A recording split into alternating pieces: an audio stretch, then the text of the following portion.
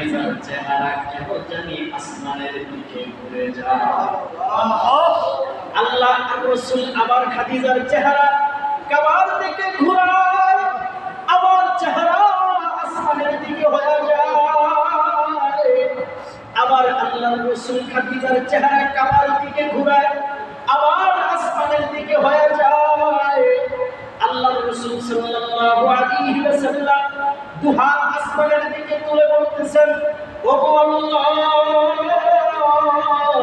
তুমি কি আমার খাদিজার প্রতি নারাজ?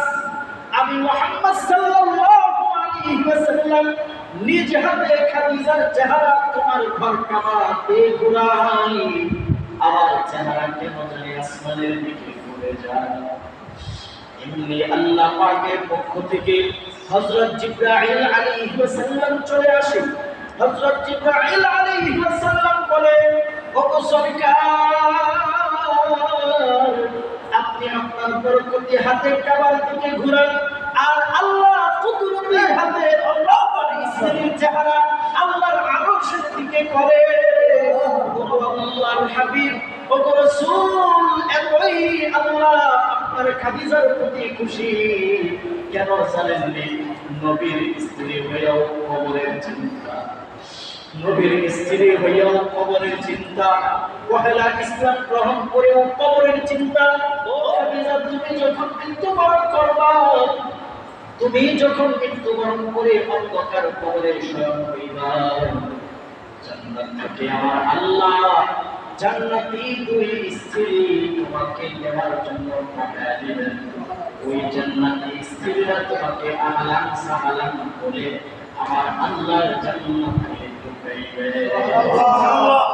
এর মানে কি বুঝাইতে চাইছে? এই খাদিজা, তুমি জাহান্নামে। কিন্তু খাদিজার মনে ভয়, খাদিজার মনে চিন্তা। ওগো আল্লাহর রাসূল, কবর তো একাকী ঘর, কবর তো অন্ধকার ঘর, কেমনে সেটাই থাকবো? ওগো আল্লাহর রাসূল, আমার মনে বড় চিন্তা। আমি মরণের আগে আপনাকে দুইটা ওসিয়ত করে গেলাম, অবশ্যই আপনি আমার এই দুইটা ওসিয়ত পূরণ করে দিবেন। আল্লাহর রাসূল বলতেছে, ও খাদিজা, বলো কি তোমার আশা?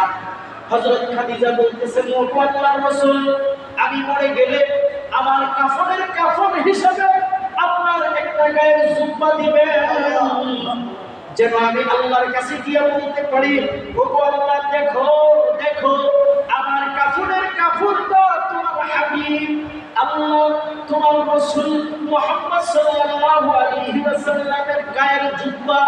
ওগো আল্লাহর রাসূল, ওগো আল্লাহ, দুনিয়াতে যতদিন ছিলাম আমি তোমার হাবিবের লোক হিসাবে দুনিয়াতে ছিলাম। এক নাম্বার ওসিয়ত হইল এইটা। দুই নাম্বার ওসিয়ত হল, ওগো আল্লাহর রাসূল, কবরে যখন আমাকে শয়ন করবেন, কবরে যখন আমাকে রাখবেন, আপনার বরকতি হাতে আমার এই চেহারাটাকে কাবা বাইতুল্লাহ দিকে করে দিবেন। কেন? কাবা বাইতুল্লাহর দিকে মুসলমানের চেহারাকে ঘুরিয়ে দেওয়া হয়, যেন উত্তর সে দিতে পারে। যারা পাঁচ ওয়াক্ত নামাজ পড়বে, যারা দুনিয়ার হায়াতে কাবা বাইতুল্লাহকে চিনবে, তাদের চেহারা যেরকম ঘুরিয়ে দিবে, তাদের চেহারা কবরেও কাবার দিকেই থাকবে, তারা সওয়ালের উত্তর সঠিকভাবে দিতে পারবে। আর যারা দুনিয়ার হায়াতে কাবা বাইতুল্লাহ চিনবে না, পাঁচ ওয়াক্ত নামাজ পড়বে না, তাদের চেহারা ফেরেশতারা ঘুরিয়ে দিবে, যে দুনিয়ার হায়াতে ছিল অন্যদিকে, আজকে মরার পর কাবার দিকে চেহারা ফাইজলামি করার জায়গা পাইছিস না। আল্লাহর মনোনীত ফেরেশতারা তার চেহারাকে অন্যদিকে ঘুরিয়ে দিবে, তখন সে আর সওয়ালের উত্তর দিতে পারবে না, শুধু সে বলবে, মায়া তুমি, মায়া তুমি, মায়া, আমি কিছুই জানি না, আমি কিছুই বুঝি না। হযরত খাদিজা বলতেছে, ওগো সরকার, আমার দুই নম্বর ওসিয়ত, আপনার বরকতি হাত দিয়া আমার চেহারাটাকে কাবা বাইতুল্লাহর দিকে ঘুরিয়ে দিবেন, যেন আমি সকল প্রশ্নের উত্তর সঠিক করে দিতে পারি। কিছুদিন পর হযরত খাদিজা মৃত্যুবরণ হয়ে গেল। আল্লাহ রাসূলকে ওসিয়ত অনুযায়ী জুব্বা দিয়ে তার কাফন বানায় দেওয়া হইল, কবরে শোয়াইল। আল্লাহ রাসূল সাল্লাল্লাহু আলাইহি ওয়াসাল্লাম নিজ হাতে হযরত খাদিজার চেহারা কাবার দিকে করে, কিন্তু খাদিজার চেহারা কেন জানি আসমানের দিকে ঘুরে যায়। আল্লাহ রাসূল আবার খাদিজার চেহারা কাবার দিকে ঘুরায়, আবার চেহারা আসমানের দিকে হয়ে যায়। আবার আল্লাহ রাসূল খাদিজার চেহারা কাবার দিকে ঘুরায়, আবার আসমানের দিকে হয়ে যায়। আল্লাহ রাসূল সাল্লাল্লাহু আলাইহি ওয়াসাল্লাম দুহাত আসমানের দিকে তুলে বলতেছেন, ওগো আল্লাহ, তুমি কি আমার খাদিজার প্রতি নারাজ? আমি মুহাম্মদ সাল্লাল্লাহু আলাইহি ওয়াসাল্লাম নিজ হাতে খাদিজার চেহারা তোমার ঘর কাবাতে ঘুরাই, আবার চেহারা কেন জানি আসমানের দিকে ঘুরে যায়।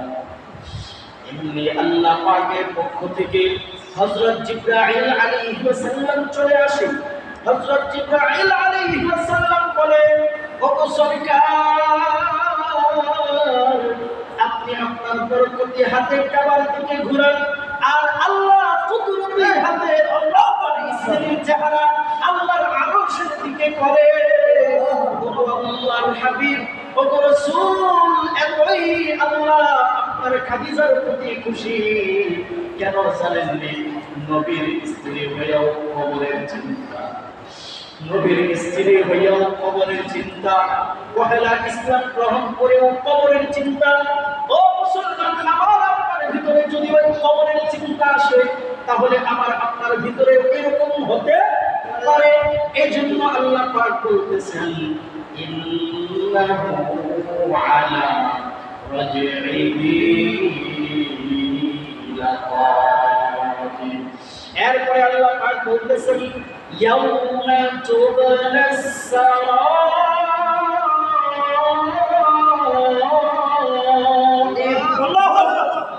মৃত্যুর মাধ্যমে তোমাকে আমি রব্বুল কারীমের কাছে নিয়ে আসবো। কেন জানেন?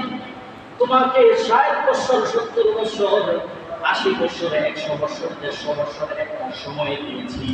এই সময়ের ভিতরে তুমি কি করেছ, এইগুলা আমি রব্বুল কারীম ওই দিন তোমাকে সব দেখায় দিব।